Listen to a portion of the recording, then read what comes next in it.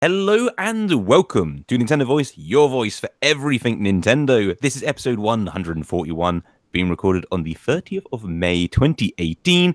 My name's Lewis Pugh, and joining me to talk all things Nintendo, we have Harrison Milfeld. Greetings, all. And I just hit my hat. Whoops. And Colin Crompton. Hello, everyone. How are we all doing? Doing very well, Colin. How are you since you asked? I'm still alive, so I think that counts as a good thing. It's all about perspective, really. But Can't be dying now. I would agree that is a good thing. I can't give you all, but I reckon most people would agree that you being alive is a good thing. Yes, you know what I also like? I like doing breathing. I think that's one thing I really like. One of my favorite pastimes. It's great. I don't necessarily enjoy it. I understand it's a necessity, but I can't say I actively enjoy doing it. But don't get me wrong, I do appreciate the stuff which that helps. This is a Nintendo show. Welcome everybody. We have had some big news today, and we're going to be talking about that very soon. Cool. So new Pokemon titles are dropped. Pokemans. The Pokemans. The Pokemon. Those kids and their phones. That's what it is. And we also have some what we've been playing. We don't have a mainline feature this week because of the news in question. It's quite a meaty subject, so that will take up the time, I do believe. And so, before we jump into the news, let's do some what we've been playing. And Colin, why don't you take the lead? What can you bring to the table? Any new, fresh experiences that you would like to discuss? Fresh new experience. Yeah, anything in that ballpark. Remember, this is also an audio only show. I know. Oh, okay. I am being something. No, I cannot bring anything new to the table. I'm playing a lot. Okay, of Harris. So go on. I've been playing a lot of Monster Hunter. There you go. We said something interesting and new. I know. Which Monster Hunter? Is it on the Nintendo system at least? Yes. Hey, okay, I'll allow it. Which Monster Hunter have you been playing? Generations, of course. Of course, okay. I'm prepping myself for Generations Ultimate. Okay. So you mentioned last week you were starting afresh. Mm-hmm. Yep. And so was that? I can't remember now. Was that? Had you already done that, or was that your plan? That was my plan. Okay. I have now executed that plan flawlessly. Oh, okay. You're all done. Dusted and done. Ready to go. You go to the second slot. You click New Game. It's amazing. Yes. So that's basically all I've been doing. Oh, you gotta give me more than that. I've been killing things in Monster Hunter. You've been hunting the monsters, and that's all you got to tell me. Yeah, repeatedly. It doesn't sound like a very exciting series, in my opinion. It doesn't, but it does exactly what its title suggests. Okay, which very few games do. Well, have you at least killed something interesting though? I mean, there's always that. Oh dear, this is not the rest pitch, is it? You love this series. I do. Have you talked about it too much? I feel like I've treaded over it in conversation too much. Yeah. I have nothing new to bring to the table about it, although it's still good. It's still good? It's still good. There you go. Have you been experimenting with different weapon types, or? I use all the weapon types. You use all of them, but what are you using now? Currently I'm using a light bow gun. Okay. It's a what gun? A light bow gun. There's no guns. They all fire like arrows, but you can coat the arrows in certain things, and you can experiment with different ammo types. It's all fun. Yeah, I like the light bow gun. It's my favorite ranged weapon. Ooh, I think it may be my favorite weapon. Oh, okay.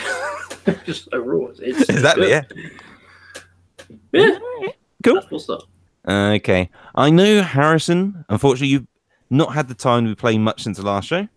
I have really not gotten to a point in time right now. I mean, I have dabbled a little bit more in Celeste, but I haven't really finished that one yet. I did recently clear about third or fourth chapter in the game, and I I do like how essentially for their idea for boss fights in this game is basically just running away from certain enemies, which of course platform. And for instance, there is a I'm forgetting the level, whatever, but it's basically this hotel, library. It's this library, and basically this one character at the end is sort of like mad at your main character here, whatever, and you have to basically run through certain portions of here. Well, this thing kind of goes Super Saiyan of sorts and just tries to shoot at you, but thankfully there's these little bit of lines that gives you a bit of a warning to make sure, hey, don't be in the line of fire for this. But it's more of a boss run than a boss fight. Yes, I guess you could put it as that. But again, if it's more like that and a little bit more challenging, I think I'm going to severely severely is not the right word, but just continue to enjoy every bit of the game, every bit what this game oozes out of itself, because it's just so much fun. Yeah, it's awesome. Mm-hmm. Okay. What about you, Lewis? Or what about to... me? What about you? I was about to go into a long talk about how I've been playing Splatoon and ARMS and all that rest, but I do have something new to bring, which is Runner Free. Explain. Explain. Okay. I had some free time and I put some coins together, and I purchased Runner Free from the eShop. The third in this series of bit trip runner games by Choice Provisions. I guess the first question I need to ask is, have you guys played the bit trip runner series? Nope. Nope and nope and another nope. Well, let me educate you. Please. So I don't believe it's like the first runner game by any means, but the original was kind of in that time window, I feel, where that concept was still fresh. As in, you got a character running like to the right, and you can jump over things, you can duck under things and stuff. Oh, okay. Okay, so this is like before like Endless Runners. It was like... I feel it was like of the era. Okay. But it's not an endless runner is the main thing about it. These are all designed levels. Right, so Mario Run is what we're looking at here. Kind of. But what makes Runner special is it is also rhythm based. And so you'll be like jumping to like notes of the music. And same with like ducking and such. And obviously you're going by the visual indicators more so than the audio indicators, but the two do match up. And so it's quite satisfying, like navigating through a stage, and you'll notice like you're pressing the buttons, like, with the tune of the music essentially. And it eases you in gently. Like you start off with just running and jumping, and then it'll add in like sliding, and then later it'll add in like you can kick things, and then later you can do, a bunch of other things as well. And the original game, Bit Trip Runner, was like an 8-bit style game, and that was on the Wii. Can't even remember what the service was called. The WiiWare channel. Oh, WiiWare, yeah. The WiiWare service. Yeah. It was a WiiWare game. WiiWare. And the second one was on the Wii U, and it was it was colorful and polygonal. And the third game, kind of, it is still 3D. But the world feels a bit more in depth. Like the camera will not always be at like a direct, like right angle, as it were, to the character. Okay. Like so, it will flow around. It looks a bit more believable in depth as such. So this is on Switch, right? This is on the Switch, yeah. Okay. So it's a recent release. It only came out last week. Oh, okay. And it's this evolution of this series. So it does play similar. But like that's kind of what you want out of this, assuming that you've played one of the others, because they were really solid, like just core mechanics and foundations. They're just fun to pick up and play. It's also a good type of game that you can chuck a control around different people, like preferably between stages, but you could get crazy. Yeah, okay. That could be fun as well. That could be fair. Just play the game. Like he's like running around for a couple seconds. Quick, grab. Yeah, take it from it. And it does give you incentives to like to replay through stages. Obviously, you got things like high scores, but you can also got like different characters to unlock and such. And if you didn't know, because if you haven't played the previous ones, is Charles Martinet is the kind of the narrator for these games. I'm actually kind of I'm actually kind of impressed with his range almost of voice. I mean, he did voice certain other characters I know in Skyrim as well. So it's fascinating to see him what it is like what his vocal range can be when it's like from happy characters and very whimsical that we see in Mario series to very dark and drab. But not to say this is, but it's like, huh. I mean, anytime when I watch like the movie The Game, which was an old David Fincher movie, Charles Martinet is actually in that movie. He plays Michael Douglas's dad in the movie. It's very strange, but it's just like, I don't know, you're just like, wow, that's the voice of Mario here. And possibly what makes it even stranger, as in his appearance in this game, is that it's not just his voice. No. You can, in fact, unlock him as a playable character. Charles Martinet himself. I mean, that's the best. It is. I mean, I've not done that yet. But even in the second game, I don't think it was in the first, he not only like announces the title of the game like on the title screen, but he says, "Oh, I am Charles Martinet," and like this is like Bit Runner basically. And so they I feel they're using the name like they go, "Oh, a little bit. He's the Mario guy." Right, goes, it's a me, Charles Martinet. Maybe they got him to read that line, but it wasn't in the game that I heard. But I bet you did read that line. But that is it's really good. Like, obviously, you don't have to have played the first two games to jump into this one. It's really weird how this like series has grown, because it started off as this 8-bit game, and nothing against them by any means. I kind of aspire creating some of those sorts of things. But it's cool to see how it's like this, like even though the core mechanics are the same, like you can see the production values have increased of each game, right. And as kind of the word gets out as well, more and more of this series. But yeah, if you've been like interested in runner games at all, I would definitely recommend this. But yeah, it's not endless. They are like these nicely designed stages. I'll say just long. Great visuals. How long are those on average? They're not long. On average, there's lots of them.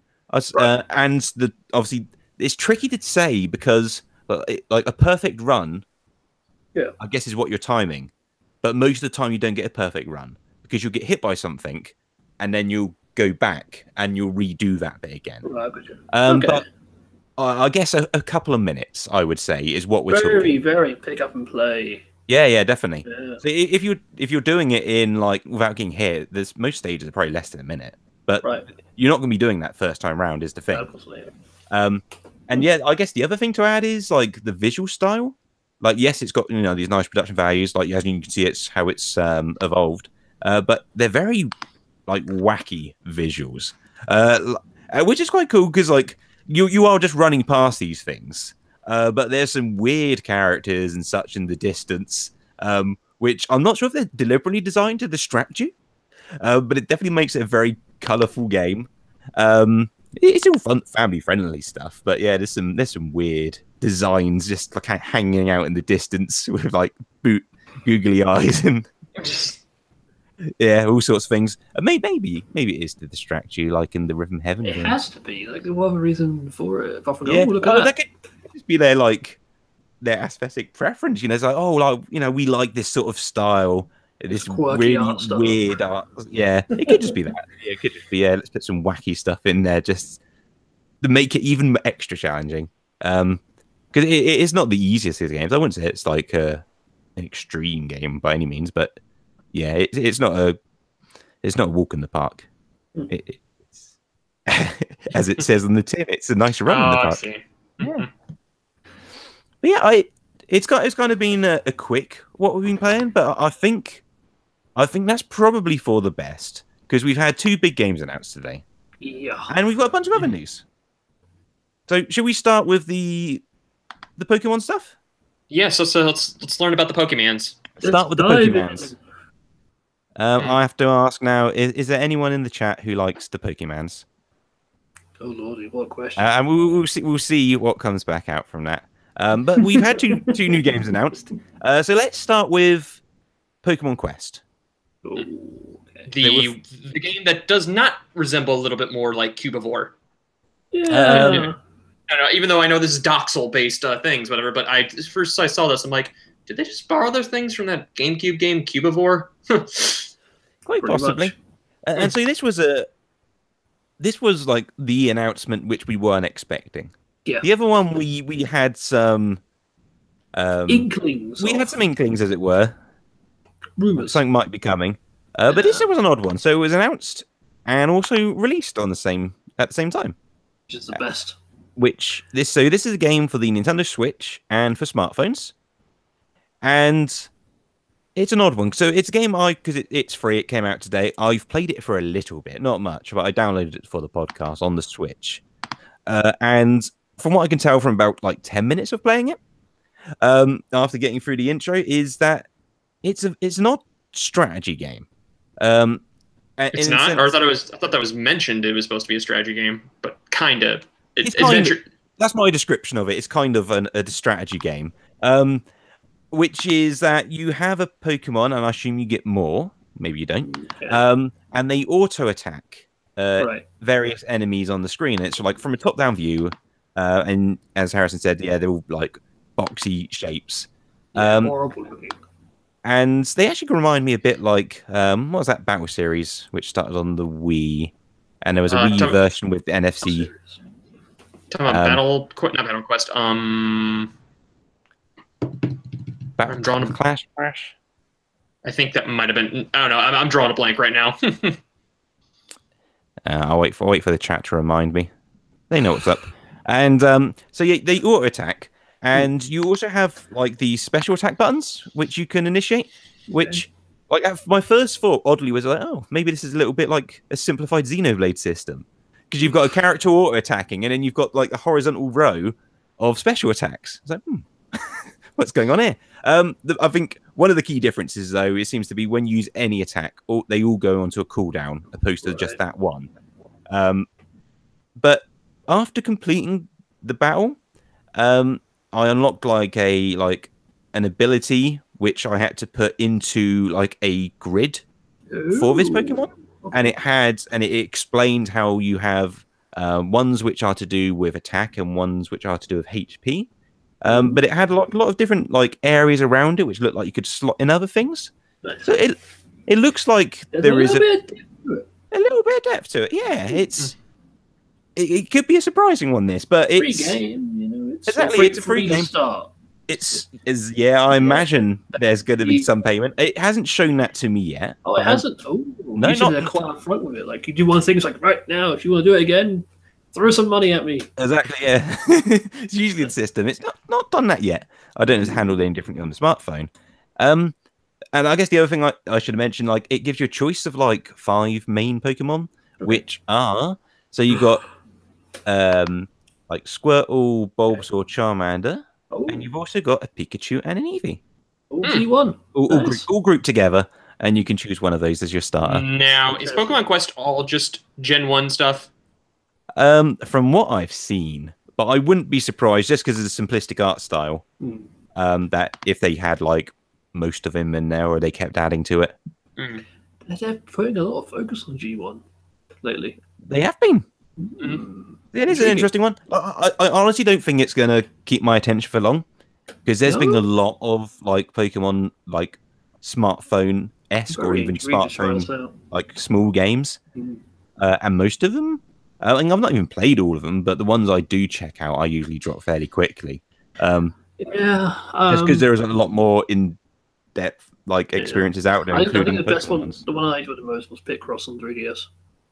I never did play that one. I had it on my 3DS. Picross is a fun game. It's established. But it would be hard, I feel, for a Picross game to be bad, assuming it's actually made by someone who can make good Picross levels. It's a pretty standard formula, and it's not like anything else. That's why Puzzle League was such a good game as well. You know, that's it. Hey, that's one. When we were briefly talking about the N64 like trade being re-trademarked, that would be a nice addition to the N64 Mini. I'm just saying. Yeah. It would be nice, but maybe the N64 does have some good games. You got your puzzle game there? I mean, that or Tetrasphere? And I know I'm going off a weird tangent for the Pokemon news, but yeah. Well, we could just list all the great Pokemon N64 games. On one hand. there's only one. Well, there's only one good Pokemon game on the N64. If I'm taking some things out, and that's Pokemon Snap. We all know. That's right. Oh, Puzzle League. There's two. Well, Well, two, yeah. Stadium 2. You got all this great Stadium all those mini games as well. No, you can't put Stadium. You can play Red and Blue in there. Well, trying to replicate that for MIDI is going to be odd, but I don't know. Oh, well. All right. So that's Pokemon Quest from my understanding. Last thing on that one. This is already available mobile, correct? It is, yeah. And it's supposed to be releasing Switch when? Now. I've already played it on Switch, yeah. Oh, okay. I was thinking that Switch was coming at a later time, and I must have misread that, but that's what happens because I was here's the thing. I was simultaneously like watching this feed and following on Twitter while cooking dinner, and thing is, that's not a good idea. So, no. Tried to almost burnt down my flat at the same time, so. No, you should only get your news through podcasts. Well, I should do that. It is a lot easier. It's a lot easier. The audio only format it's quite accessible, really. You can be consuming your news while you're driving. It's also while you're handling dangerous machinery. It's also always slightly out of date. That's the best feature. Oh, okay. Yeah, that's the selling point. There you go. Yeah, because like with time, the Nintendo News it matures, you see, and it makes you for an even greater listening experience because you have your own experiences to reflect from. And Colin, see, the audio only listeners can't see that face you're pulling. It doesn't work. There are no words I can say. Oh, fair enough. Hopefully, some words can be said for this second Pokemon game. This definitely was the talk of the town. So we've got two games which were rumored correctly. We've got Pokemon Let's Go Pikachu and Pokemon Let's Go Eevee. Okay, wait. One thing. They are terrible names. Straight off the bat. I think there's a reason why they called it Let's Go, and I understand the reasoning behind it. I think after the news which came out today, I'm much more understanding of these names than when they were rumored. Yeah, when I frame it in the context. So, I'm not jumping ahead. I just wanted to add some extra context to this, which is like we're going to be talking about Let's Go Pikachu and Let's Go Eevee, but as part of this. Pokemon Company did confirm that this is not the same game which they announced as the next core Pokemon RPG, which is a game which is still in development, has been for some time, and is coming out the second half of 2019. Yes. Great news.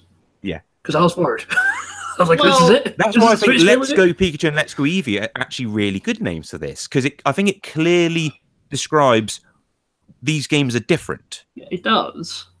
And for why they're different.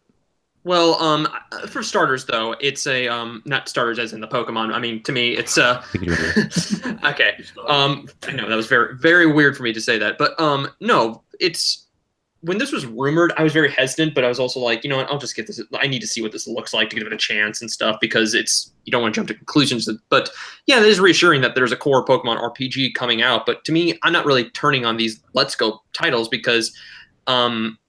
I don't know, like these are reimaginings of Pokemon Yellow, correct? And yeah, but also looking wise, it is an HD, but it does seem like, as far as the art style we have here, it does seem more like high-res versions of what we're seeing with Ultra Sun, Ultra Moon. Not to say that's a bad thing, but I mean, I'm hopeful for what. Well, it's fair. I'm just hopeful for like. This is basically, and I'm surprised this is coming out in 2018. That's what's shocking to me. But also this, for me, I never did play Pokemon Go. I don't have no desire to play it right now because for the years I had an older phone and I really couldn't do it. But millions of other people who are casually that are way older than me and even younger than me have been getting into this. And to have, I believe there's going to be integration to this. This is a nice way to bring in casual and new fans. I mean, it's a nice little. Exactly why they did it. I can guarantee. Like, there's millions of Pokemon Go players. Like now, here's a reason to own a Switch. It's genius marketing. Oh no, it is. It really is. They were touting off numbers, or maybe it wasn't directly Pokemon Company or Nintendo, just people on the internet. But I think Pokemon Go has been downloaded over is it either 500 or 600 million times. I think it was higher. I think it was higher than that. Possibly, but yeah, we're how talking. many players are active? That's the thing. That's the number we really want. I don't think that really matters too much, because I'm not saying there's going to be a one-to-one connection between that number of people going and buying Switches. Yeah. I'm saying in terms of exposure, that's a much wider market than Pokemon's ever had. It was actually 800 million times. Exactly. And so, yeah, this is the bridge game. And so, in case this is, and I apologize if this is true, because I've not been doing the correct job if this is the case. If this is your only source of Nintendo news, we've not done a very good job on many things, but also in explaining what this game is. No, we have not. And so what the game is, in short, it actually does, from looking at a glance, it does look quite similar to a Pokemon game. A traditional one, as in you have a character who walks around towns, can go into tall grass. There is like these areas where there's gyms and such. So it looks like a prettier version of what you would expect. And so so the question probably is like, so what's so different about these games? And one is it does borrow some things from Pokemon Go. One of them is how you catch Pokemon. And so if you're playing on TV, you use the Joy-Cons motion to throw Pokeballs. And if you're playing it portably, you can use touchscreen like in Pokemon Go. I don't mind it. I really like it. No. And I think the other thing you're about to mention is what I find, which leads more to basically the Switch's design, which I feel like is that whole pick up and go gameplay, which is well, it depends. There's a few things here. I think you're talking about co-op play. Any chance? Yes, that is what I really like. Yeah. So in an odd the start, really, you play the game with just one Joy-Con. Or at least you can. They've not shown a way to do it, I'm guessing, apart from when it's portable. But you can play it with just one Joy-Con, which also means that a second person can grab another Joy-Con, and you can have two Pokemon trainers running around the screen. You're basically going for the same goal, as it were, so you can like catch Pokemon together, you can battle with them together, but they are still essentially like single battles, and you're catching just the one. But I think it improves your chances or something. Either way, you can both join in the fun. Another thing which is quite different about these Let's Go games is you can't battle random Pokemon. So essentially, the core element of Pokemon is now missing. One of the core elements. Yeah, one of the core elements, definitely. So you can see wild Pokemon. Similar to Go, like you actively see them in the wild, like running around in the tall grass, which is that in itself is an improvement. But when you run up to them, the only thing you can do is attempt to catch it. Yeah. Mm-hmm. There are battles in the game, traditional style battles. You can go against trainers and I assume gym leaders. And you have what looks like a traditional battle system. You can see 4 moves. They have like PP and such. Yep. And we have not seen a stat screen, so we don't know if that's going to be faithful. I got a strong feeling that it's going to be purely based on typings and not. The RPG element will be diminished greatly. Do you not even think we'll just have like basic attack and defense stats? Yeah, I think we'll have like maybe each move has like a power stat that takes on so much health and it's like the typing doubles that or halves it depending. But yeah, I think like attack values, as in like attack stats, defense stats. I don't think there's anything. What about like abilities and such? Like putting things like poison or asleep or confused, frozen. Do you reckon we have those sort of things? I mean, like statuses. Yeah, that's what I mean. Yeah, I can see I can keep statuses. They're easier. I feel like this is very much a Pokemon for casual people. It's like we're gonna make this as basic and to be fair, Pokemon's already a pretty simplistic RPG. Well, it has layers of depth if you want to sync to like the EV levels and all that stuff. It is like as like Lewis mentioned, it is a bridge game for what the core title is, and this is a nice way to get people into this. But also, as one person joked about on this, like since this is based in Kanto, my one worry is that Kanto's very bit of a short campaign when you look back at past Pokemon games. Yeah. Think about that, and also I kind of hope there's some post game bits on there. Having all the original 151 on there is a great thing to actually have people familiar with. But also, I feel like Game Freak is like, after a year announcing, it's like, they're thinking like, yeah, there's no way we're coming up with more Pokemon right now in the time that we announced this. So here's the stuff we're familiar with. Exactly. Yeah. I agree with that. Well, an interesting thing, like they did end the kind of the video announcement with a tease that there would be at least a new Pokemon in it. Yeah, kind of.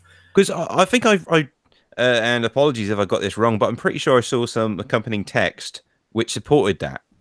Okay. Like official, as in like at the end where it says, I think it was like a Pokeball opening or something. It's like a box. Or a box opening, yeah, that was about a new Pokemon, as in a new one. Yeah, and it might be literally a token one, like, oh, there's a new Pokemon in this game. Yeah, or it's like, oh, hey, here's Mew.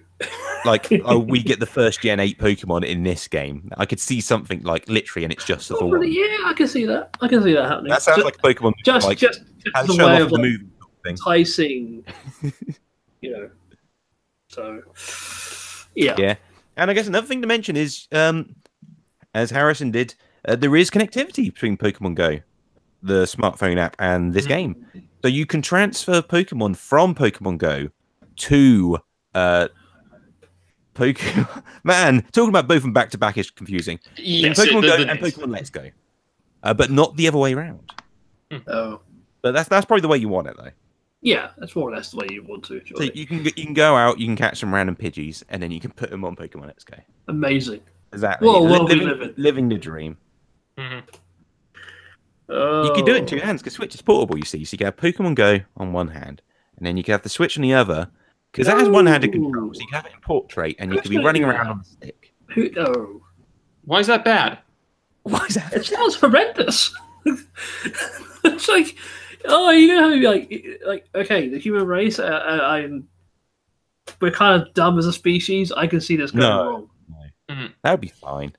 It's whatever. I mean, if this leads to more phone connectivity, that actually I'm looking like, hey, maybe this could helpfully improve the online Switch when it comes to the phone. But I highly doubt that. But then again, there's a little glimmer of hope. Now, hey, hope and empathy are probably one of my greatest personality traits. Yeah. And also my weaknesses. Your fatal flaw. Can we have that written down somewhere? Hope and empathy are my best personality traits. That's the title of our new podcast series coming soon. Yes, it is. There you go. Take note, Patreon supporters. And there is quite a few details. Another one I noted, and it was kind of reassuring to hear, is that there will be both local and online trading and battling, which seems like obvious, but it's nice to have that clarity, especially with the that Go branding so heavily associated with it, because those games still don't have those features, which amazes me. How you can have such a big Pokemon game without proper local battling or trading. But this game will have both of those, which is good. I wanted to jump to a question from the chat. Don't be too surprised, Colin. We have, as I switch tabs, we have Ian Hannum, who I actually did the Pokemon Voice podcast with moons ago, many Pokemon moons ago. It's time to revive it, lads. Yeah, well, we had a good 10-episode run. Podcasts never run longer than that, unfortunately. But Ian asks, have the leaks and rumors spoiled the reveal of Let's Go, or has it softened the blow? I don't know. I think this is the one thing you're going to go back to, like when Mario and Rabbids was first unveiled. Maybe it's like the same, like when that idea first came out, and I think the same thing who knows with that Star Fox racing game from Retro, is that I don't say it softens the blow. I feel like it gets the negativity out of the way. And once it's finally revealed, when it's in its full details, it's like, okay, this is this. People have a better understanding of it. I mean, I feel like, it's somebody posed a question to me is like, do you think that Metroid Prime Federation Force would have gotten the vitriol that it had, say, if like Samus Returns was unveiled along the same time? I would like to see probably a scenario of that. And this is me coming from somebody who actually liked Federation Force. So here, no, I mean, I get, when it was leaked, I gave it a grain of salt because I'm like, it's leak culture. Who knows if this is the true thing? But then again, Eurogamer was positive that this was actually a true thing. And once it comes out, I'm like, I'm accepting of that. You know, I'm going to give it a chance. I want to try it out probably because the things I'm hoping for this core Pokemon RPG that's coming in 2019 is the same things that we kind of hoped with, you know, when we were lead up to Breath of the Wild. You know, these are games we're excited for, but the core mechanics do need to change. Yeah, I think that's fair. How about yourself, Colin? Which side do you fall on in this question? Well, Did it soften the blow? The only real I saw was the names, which I thought were terrible. And it turns out those names were real, and I still think they're terrible. So, so is that a third side you're falling under? It's a side of like these names are terrible. So I'm guessing you're saying that the rumors didn't really change your opinion of the announcement. They didn't spawn anything really. So I'm guessing the question is: would you have felt any differently had you not heard anything about this previously? No. I think so. That's fair. Besides the names being terrible, but yeah. Well, yeah, but I mean that didn't change. You thought that then. You think that now. Yeah. Yeah. And you think that now as well. For me, it softened the blow. I feel. Oh really? I feel if this was literally it, I think today I would be feeling quite down on Let's Go. Oh. But because I've had time to kind of mull it over, I think it's helped, and because I feel that they've come out with the right messaging. Okay. In a weird way, like part of the rumor wasn't that there was that Gen 8 was next year. It was that this was Gen 8. Right. Yes. And I think that in itself makes a big difference. Honestly, that bit of news there kind of saves Pokemon Let's Go for me a little bit, because if this was the next full-on Pokemon, I'd be like, "Are you kidding me?" Yeah, and that would also have like different repercussions, because then you would thinking, "Oh, what's the future of this series?" Exactly. Yeah. Because when I watched the trailer for this, the main take off from it is like, this is the gimmickiest looking Pokemon. That's not technically a word, but it is now. This is the most gimmicky Pokemon game I've ever seen, because of all the things they put out. Oh, we've got the motion controls in there. It's got the co-op play in there. It's got this toy controller, which is all I can call it. We've not even mentioned that yet. We've not Colin, mentioned it yet, tell us about the toy controller. So there's this Pokeball. Is it made out of cardboard? Is it a Toy-Con?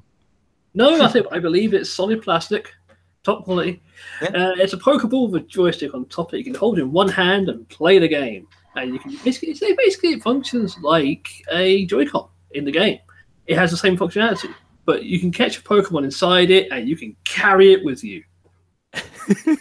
Did they actually go into why? No, it just makes a noise. Yeah, you poke it. You gotta make the noise to the Pokemon inside it as if you were rattling it. Yeah. I gotta say though, there's going to be plenty of broken TVs probably with this device. Mm-hmm. Yep, it doesn't look very safe at all. And there's been a lot of broken stuff with this game in general, because you got to swing. I'm hoping there's a button option.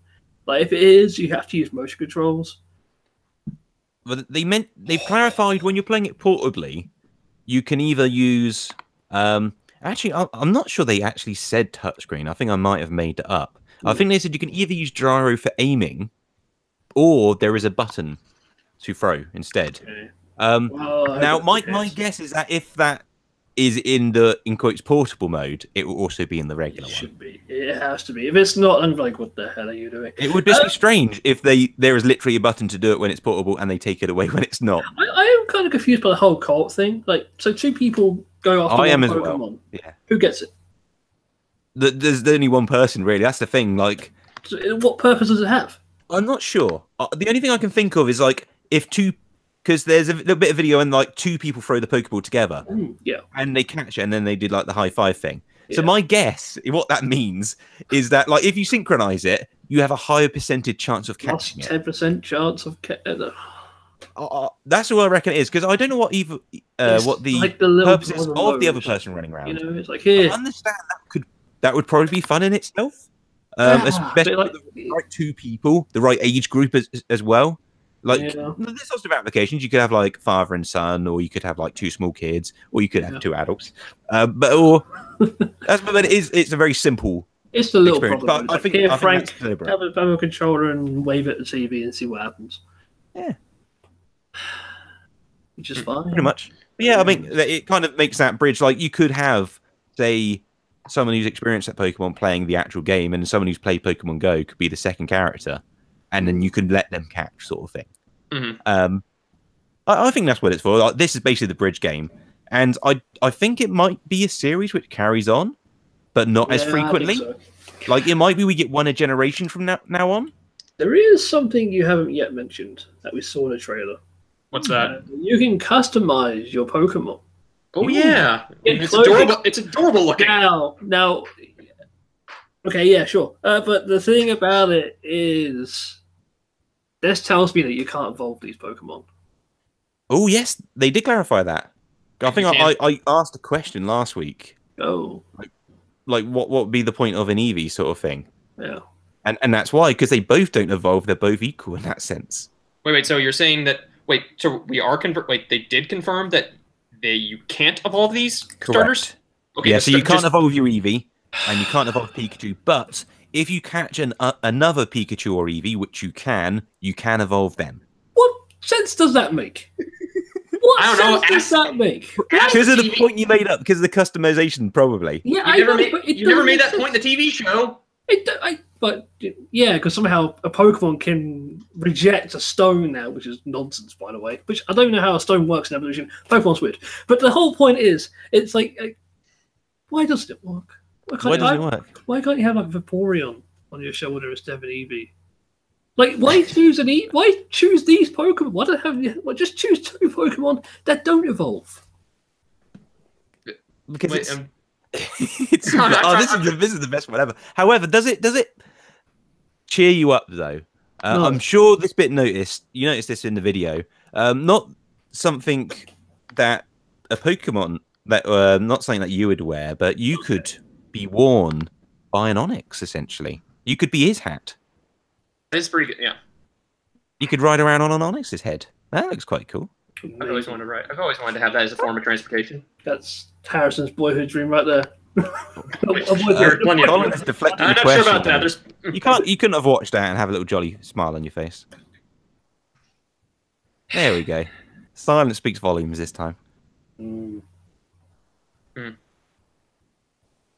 I mentioned Tomonto on the chat says you couldn't evolve Pikachu in yellow unless you traded it, so it's not new. Oh yeah, I did do that, but thing is, I never did evolve my Pikachu. I never did. Well, as a fan of the show, I never did evolve my Pikachu. I never did. Why? It's Raichu. It's awesome. Why would you want a slightly bigger mouse Pokemon that's like zap things more? It's the way I did, man. It's the way I did. And you know what? Here's the thing. I They're not just creatures for battling, Colin. They're also friends. Yes, they and that Pikachu. But their primary focus, as explained to us by general Pokemon lore, is they battle. That's why they have gyms and. Yes, but animal slavery, the game. It's like, why wouldn't you want to play it? Why don't you embrace it? Your roots. I don't know. My Pikachu was my friend in yellow. He was my dearest friend. There we go. Oh my Lewis, you all agree on that point. Yeah, Lewis, when is this coming out so we know? Tell the listeners. All right. Both versions, Let's Go Pikachu and Let's Go Eevee, are coming out on November. Do we have an actual day yet? Or just a month? No, it did have the day on there. November 18th? Yep, there you go. November 18th. November 18th. So yeah, this year. Not too far off. I'm going to throw a prediction that the Pokemon next core game will be basically the same time 2019. So it'd be in November 2019. I think that's what they clarified. Didn't they? Said more or less a year after. Well, yeah, it said second half, but yeah, they didn't specify end of year. I think it'd be more or less a year after, just in time for Christmas, basically. Oh, November 16th. Sorry, 16th. I said 18th. Oh, 16th. Okay. 16th. Sorry. No. So.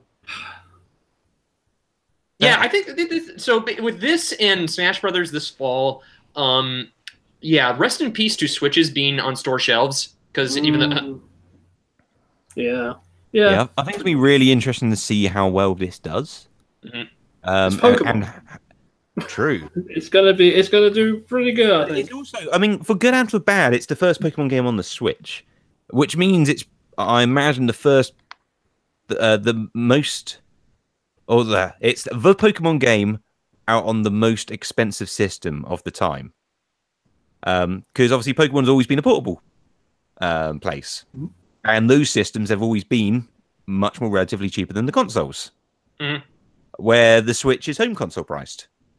And so, like, Pokemon, you know, traditionally has been popular with kids, and this game is leaning into that. And so, like, if this game does well, Switch has to do well, I feel. Yeah, I kind They both of have to go together. I class this as a spin-off game. It's not one of the core series, and there's been spin-off games on consoles before, so it's not entirely a new concept. You know, it's Oh no, true. But I'm saying, like, in terms of, I feel the spin-off games, you don't buy the system for the game. no, You buy it because you have the system. exactly. But this has to sell Switches to kids, basically. And like, I'm on the side where I reckon it can. So I'm interested to see just how much it blows up at that point, because obviously the market for Pokemon is a lot bigger than the current market for Switch. And I don't think they're going to be advertising this game as like a side game. No, because they're going to be throwing in the Pokemon Go integration. I'll tell you that. That's going to be plastered all over this game. Like, oh, you can use it Pokemon Go. Yeah, which also means I think Pokemon Go is going to get bigger and bigger. Not just because of like a natural side effect to this, which I think will be part of it. I reckon more people probably playing Pokemon Go today, even though nothing's new's been announced for it. But I reckon there will be a lot more Pokemon Go stuff announced from here. Though in Pokemon Go now? Oh, sorry, say that again? It's Generation 2 now It in is, Pokemon Go? Yeah, there is. They did it out. Well, it had a bump. Like, it didn't bring it back to where it was. They didn't. But it's still a very popular phone game. If you're judging it from that metric. I'm feeling like, will this work with Pikachu and Eevee? As far as we know it, that wouldn't. Yeah, that's interesting. We also know, this is a weird fact, that the Alolan forms are supported in Let's Go. Oh yeah, Alolan Executor was announced. And the Alolan forms were recently introduced to Pokemon Go as well. Did you ever explain why the Pokemon had different forms of that region and only that region? Well, it's kind of like the same way when you look at the Galapagos Islands. It's how they're based at they're different islands and how over time with their base of little evolution. I mean, Charles Darwin mentioned that. So I mean I think that's what they're borrowing from. He explicitly mentioned the Executor as well, Colin. Well, yeah, I'm just he had that on a little flip chart with a little pointy stick as he was explaining the basic concept. Mm-hmm. I'll keep an eye out for that one then. Yeah, it's on YouTube somewhere. Right. It is. I'm sure it is, actually. Probably. Which is the best part about that. That's a great way to win an argument as well. Just Bring up make up the YouTube video it's based off of, and they'll go and look for it, and they'll find it somehow if they dig deep enough. Yeah. Anyone else wants to add? Other than that, it's just more. Finally, this is actually convincing a few of my friends who've been waiting for a Pokemon game to actually jump on board to buy a Switch. So there is that. But also, I've been just egging them on, like, no, there's other good games on here. So, but I understand the plan for Let's Go Pikachu and Let's Go Eevee. It's a matter to bring more and more players in, and while it may not be the experience I want, I understand why they're doing it. So here's a question. If you had to get a version, which version would either of you two get? I am leaning towards Eevee. But now that I was yesterday, actually, but now that I realize you can't evolve your starter, I may just lean towards Pikachu. Why? Okay. I don't know, just because, well, if it has a decent typing compared to Eevee. I don't know, just because I can evolve my Pikachu. I have a sentimental attachment to Pikachu, especially with Pokemon Yellow. So, yeah, I mean, to be fair, I usually try to go after the least popular of the two, because by the numbers that works out. Because not that it's as important nowadays, but you get some Pokemon which are only in one version and only in the other, and so it works out if you have the least popular one, because people are going to want the ones you have. And so you've got more to barter with, as it were. Mm-hmm. But I don't think that's going to play as much in this version. So I'll probably go with Pikachu. And because it's weird because you don't usually decide like which version you get from the star you get. Usually it like depicts the legendary, and like you get some story stuff, or you get whatever legendary you'll get at the end. Yeah. But this seems to, even though it's going to basically be cosmetic, and there is the element difference. Like I feel like the choice now is which Pokemon do you want riding on your shoulder throughout the game, and that's basically what you're choosing. Yeah, yeah. So I think I prefer Pikachu out of the two of them. So even though I imagine the sales of the Pikachu to Eevee version will be like 9 to 1. will you be putting your Pikachu, getting a hat for your Pikachu? Oh, of course, yeah. He's gonna have a dashing hat. If the tallest top hat I can find it. It's the Fascination Pikachu. Exactly. There we are. You can't say I haven't charmed the pants, have you? I think I'll go with Eevee myself. Got fluffy tail. It's cool. It's a popular Pokemon. It's fair. Everybody likes it. Yeah, and it also goes by my rules of version picking. So you have, in theory, if my odds are also right, you have like 9 to 1 other people to get those other versions. Maybe if you don't just transfer them from Go. I wonder if the Eevee version does sell more, if they'll make Eevee the new face of Pokemon. Yes, I was 100% yes, because that would never happen. But if it did, they would reconsider. I feel they go, "Oh, we have no one likes Pikachu anymore." Did they ever? Did they? I'm not sure about that. But imagine how big this could have been if we had Eevee all along. Yeah. And he's like Pokemon run if we had no way is that Eevee version outselling the Pikachu one. No chance. Oh well. Yeah. So let's jump into some non-Pokemon news. We've got from Sega. We have a new announcement. Well, kind of. Something we knew was coming, but was yeah. Yeah. So, correct me if I'm wrong. Did this come out? Was this another Walmart leak? Did it? Yeah. So apparently, Walmart is now the new E3. Was it Walmart Canada or regular Walmart? No. Walmart Canada was the first leak. This one, I think it was, I want to say America, but again, that's how it was leaked, and then Sega just scrambled to screw it, let's just announce it already, announce the title already. Okay, so Sega did after the fact come out and announce it, and what it is Sonic Team Racing, or Team Sonic Racing. Even. Team Sonic Racing. I wrote that wrong first. I was like, I was thinking, but it's Team Sonic Racing. Like that name confuses me, but this is made by there is a Sonic team. There is.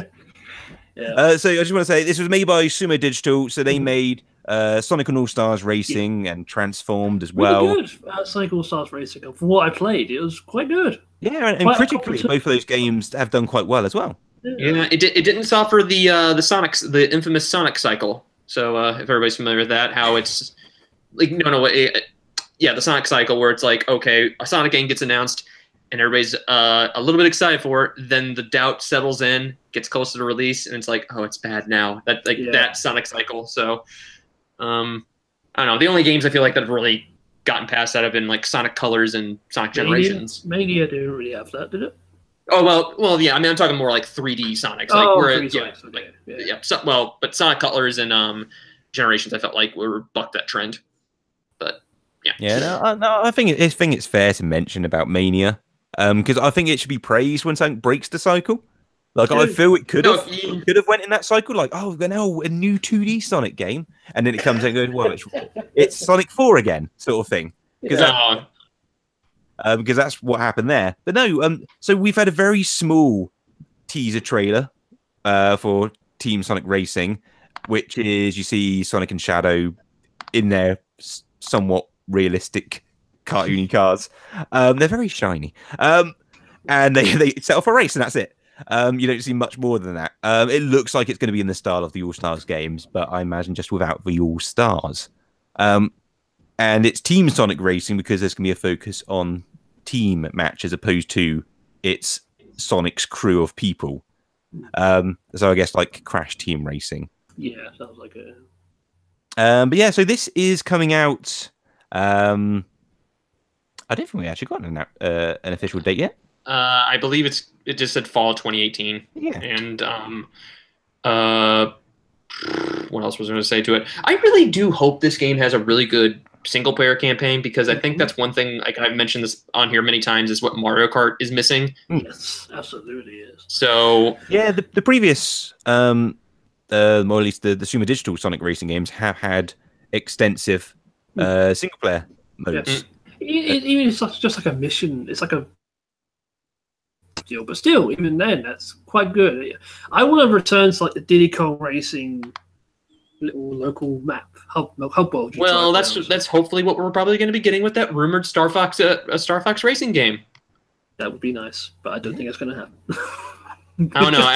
If Eurogamer was like reporting on that one, and they reported the same thing with the Let's Go Pokemon games, I did lean the territory of like, okay, this might be slightly fake, but it's an idea I'd like to see. So I'm more in the 50-50 round of this one. But this game though, I don't know. I did enjoy my brief time with Sonic All Stars Racing, and this one, if it provides the goods, I will probably check it out. Yeah, awesome. Yeah, no, it's definitely what I'm interested in. Sumo Digital, good development team. So it's got stiff competition with Mario Kart, but we'll see. Which is still selling like hotcakes. Still selling like crazy. True, but I think it will only work in its favor, sort of thing. Like, as popular as Mario Kart 8 is, it is still Mario Kart 8. And it sold both very well on the Wii U and the Switch. So I feel it's going to hit saturation point at some point.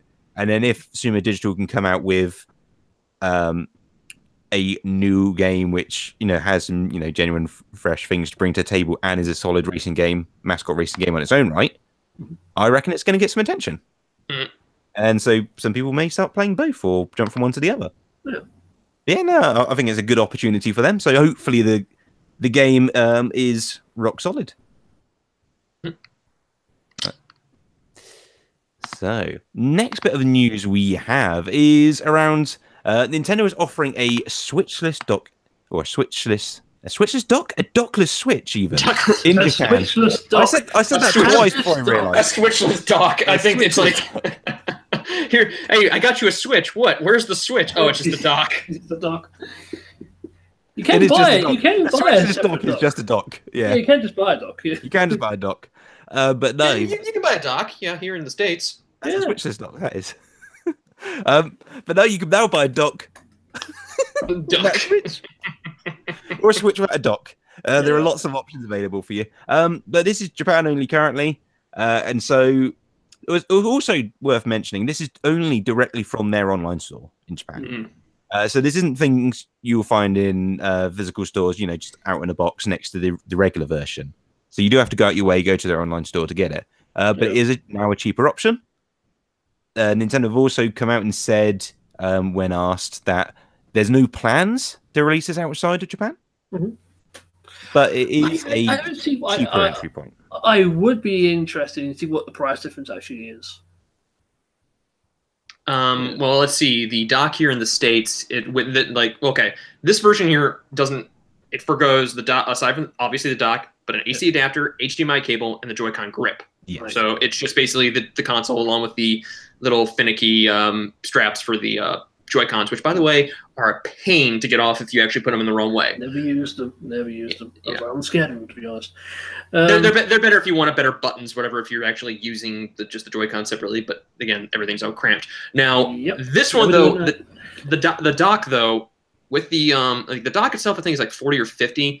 But with the AC adapter and the HDMI cables, it's like 80 here. So Switch is $300, and essentially 200 would be around 200. Taking a good chunk of change off it. It's not bad. Yeah, because I still think the dock's the worst part of the whole Switch deal. It's the cheapest feeling part of it.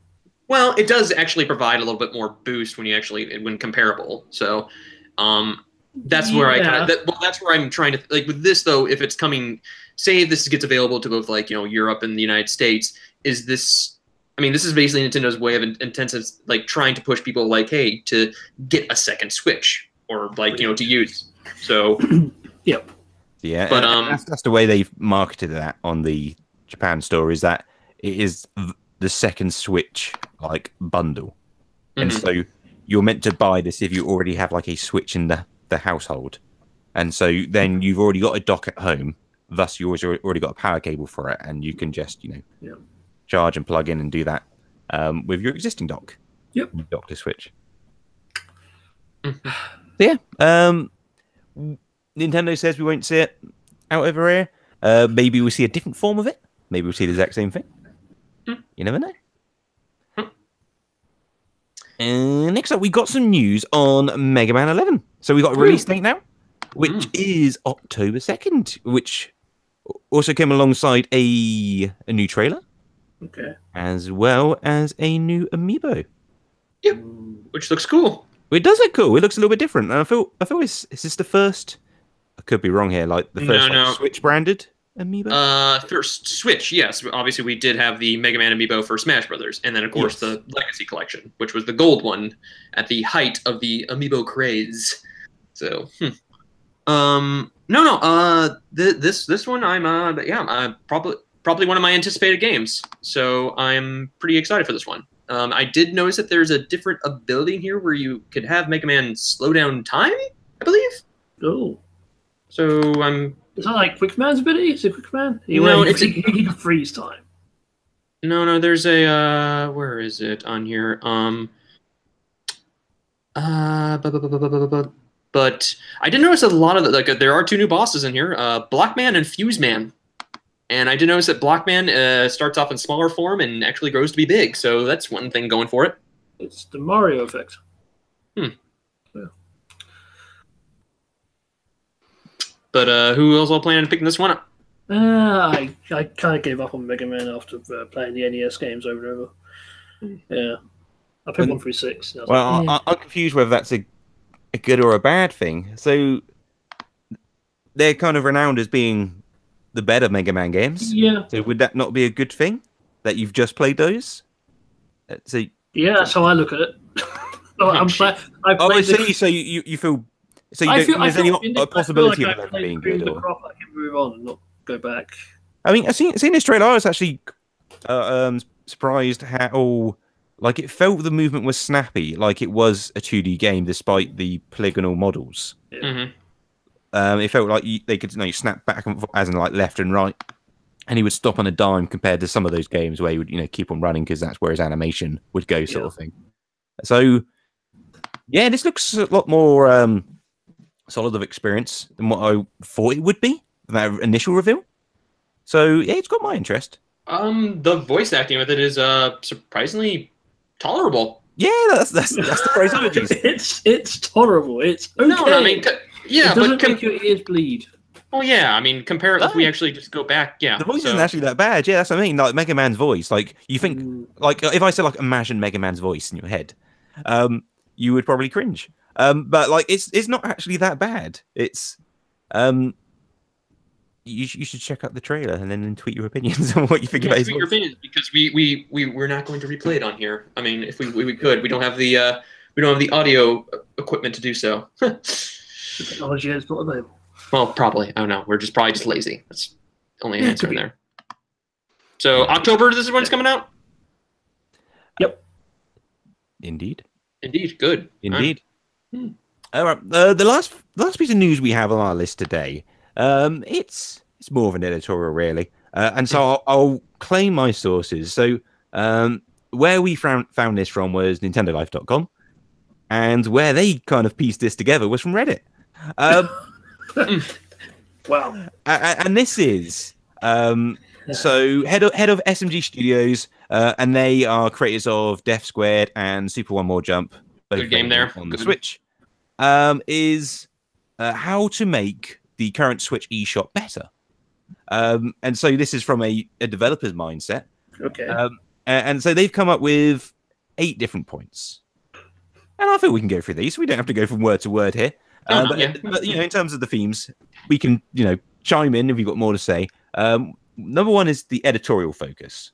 And I will go into a little bit more here. So they're saying the store could use more focus and sections to allow, obviously, sounds like I'm almost reading it verbatim here, for you, for smaller games to shine out opposed to that, standard grid format where everything has the same placement. Yeah, I think what this one's trying to do is which is actually kind of what we saw with the Wii U eShop, because that's the one thing I really appreciated from it, is that it almost felt like a magazine spread. That's really what it was, and you knew it's like and everything was not so much lost to everything like that. You saw like, okay, games of the week or games that are being highlighted for release, and then of course you'd have like picks and such on. That's one thing I think is really missing from the current eShop, which I like at first how it's clean, but as it's probably going to be going on here, it does need improvements. So that'd be good to see. The next thing they mention is an extension site which is already available. So like best month, week, or day. So you could have filters. So currently you've got like the best selling, but it's kind of ambiguous what that is. And even if you know what it is, there's no way to filter through like on app stores and such. Yeah, that's true. So that gives you just the bigger picture. You got weekly discovery. This is based off of, so you could have like based off of sales certain titles, or you got things like Spotify's Discover Weekly, so the equivalent of that. So it's essentially like trying to offer you ways of they do list Spotify's like Discover Weekly, and that's giving to like games or even artists that you probably never would have heard of, and that just that it's a matter of giving the attention to anything. Yeah, well, it could be something like, you like this game, you might like this game. So.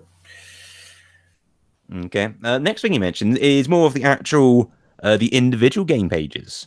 And so once you're in a game page, he would like, and this one is a little bit more of inside baseball here, is that he would like more control over, or you'd like to have, like developers to have more control over the pages. Okay. Which kind of suggests they don't have much currently.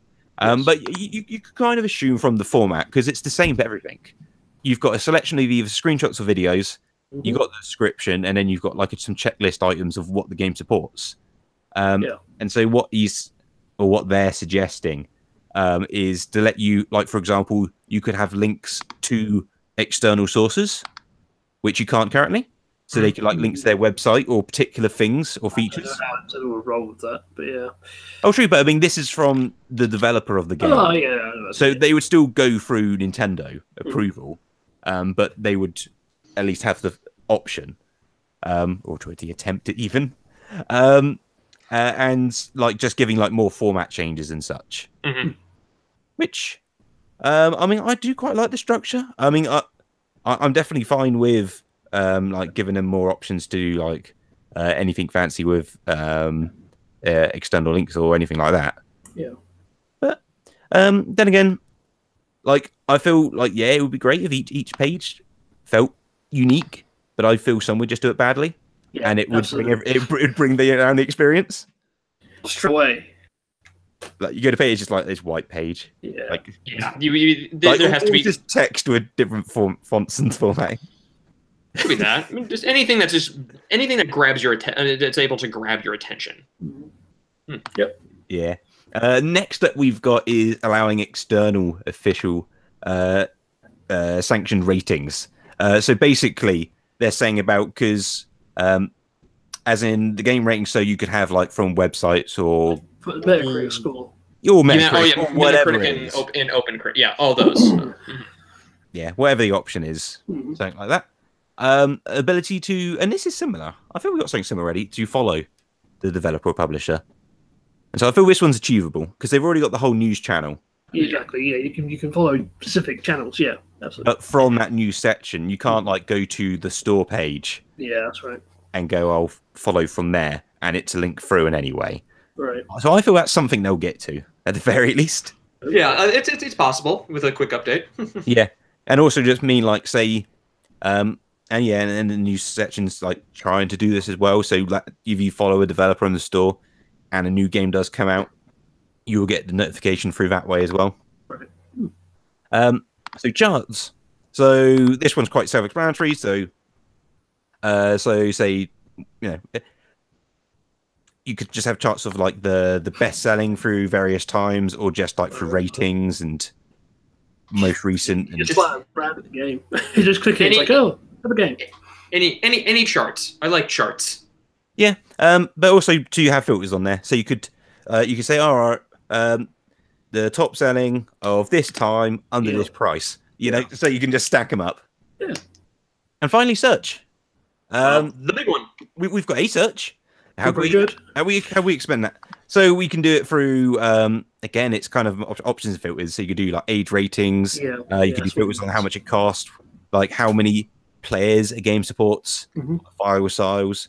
There's lots of useful toggles and such. So yeah, I think it was good to go through that. How do we think the store can improve? Oh, easy. It could improve easy. It's what you do. What can you bring? Is it any of these things like new? You take the Wii U eShop. Yeah. And you use that. Use that. That was really good. I really do like the Wii U eShop. It got some flack for some reason. I never understood. I like the way it was so simplistically It got flack mostly because much like everything when you move between the Wii U, it was slow as molasses. It was slow. That might have been it. But still. I think the one thing that you could do is like they cover all like as they covered everything up here is that it's the search engine. I want that's a start there as well, just to kind of filter through everything, but also just to kind of you don't want. And I know that the indies have been having such a good little a good home here on the Switch that I feel like that updating this to have pages upon pages of things like this to highlight these things would go a long way to helping them out. What the search really is like sort of also feel like selections as you're filling in the search. It doesn't even have that. You're typing things in and it doesn't actually come up with it. You have to type in the full what you're looking for kind of deal. Actually, I might say they could just use the 3DS eShop is really good. And it's very clean, but I feel like it's still particularly well done. Why don't they have something like that? That'd be cool. Yeah, it's true. Different options. Like, I can see why they went the route they did, because I think the biggest complaint they got about their previous systems was that they were too slow. Yeah. And they go, all right, let's focus on speed. How can we make this a lean, fast system? So I think we'll see more of these things kind of slowly introduced, which I think is the correct way of doing it, opposed to having something which is not thought through and then is bloated and is unrepairable. And so yeah, I think this is designed in a way where things can just be like stacked on top, opposed to being like bolted onto it, which is good. So yeah, I think room for improvement. I don't think it will slow it down.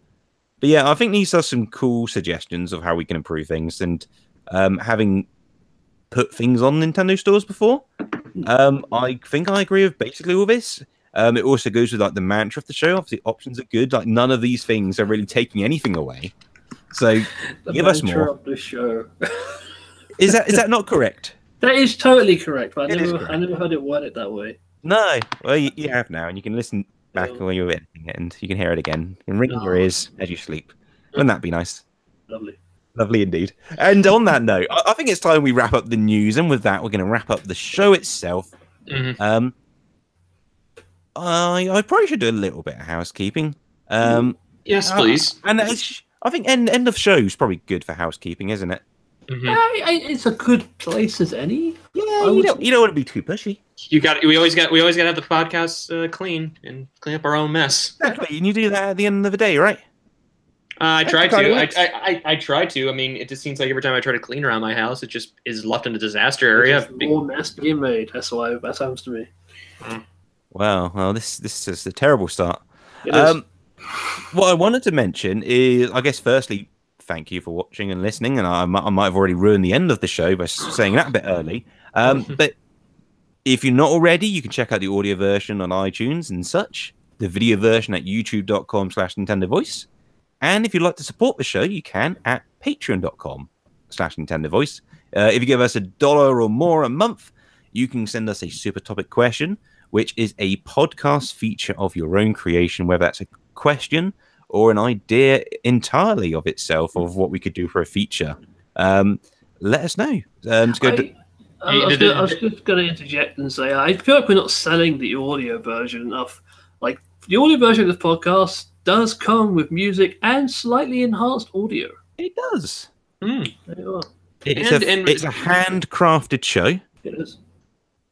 Colin chisels away. He puts much every week. He puts much love into the making of it. So I mean, not only that, I mean, yes, there is exclusive music when we're doing things, and also there are new things coming with this podcast. But Can we do a little teaser of what's new?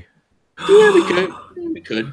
Only a little one though, because it's Let's do a little one. Just give it a little nibble. Nibble. A little. That's enough. That's enough. However, I apologise. Like Colin just did his triumphant speech about how great the audio version is, and now they have to watch the video version. All they got, you ruined it there. We're saying, this is a little teaser what's to come, and me going beep beep beep. So we're looking forward to a whole show of me doing chiptune music. Yes, chiptunes. Mouth noises. So you got that to look forward to. That's what the show's going to become soon. That's what the big format change is going to be. Oh yeah, it's just going to be a video of me again. Ba, ba, ba, ba, da, ba, ba. It will probably make the name will probably make more sense than about Nintendo voice. That's about it. So yeah, they're the audio links. So click on them audibly. Go to those places and do all your good work. But before we go, let's do our usual thing. Let's go around the table. Let us know where you can get hold of us and what we've been up to. So, Harrison. Yes. Where did you go first? Sure, as always. You can reach me on Twitter at hmilfeld, and if you want to become my Switch friend, you can see my friend code pinned to the top of my Twitter profile. And other than that, you can find my other work at purenintendo.com, and right now I'm just sweating and being excited about the fact of attending E3 in about less than 2 weeks, and so yeah, that's a little nervous as whatever. But one thing Lewis forgot to mention as far as find us on iTunes, be sure to leave if you have time. Be sure to leave us a review on there. If you leave us a review, we'll read it off. Yeah, that's right. We totally will. That's good show, Harrison. Yes, if you leave us an iTunes review, we will read it out. Wait a minute. What have we said? Anyway, let's commit to that for now. Colin, you're next. I mean, we'll read the good reviews. So I'll save you that. Anyway, you can find me on Twitter at HighlyandBard. That's pretty much it. I have gone back to streaming. I took a week off because I didn't have a computer, which is kind of important. Where can we find you streaming, Colin? You can find me streaming a Mixer /HighlyandBard. Ah. Yeah. How do you spell that? It's how you think it's spelled, Lewis. Oh, thank you. How do I know he is pushing for that? But yeah, I'm currently redoing because I lost my Pokemon randomized run. So I'm currently redoing that. Happy days. Cool. Yeah. All right. Well, it's just me left here. If you want to get hold of me, you can on Twitter or Instagram with the word Illusion, Leuvsion. And I've got nothing further to plug. So that does take us to the end of the show. So I will reuse the line. Thank you once again for watching or for listening. And this has been Nintendo Voice. See y'all later. Take care, everyone.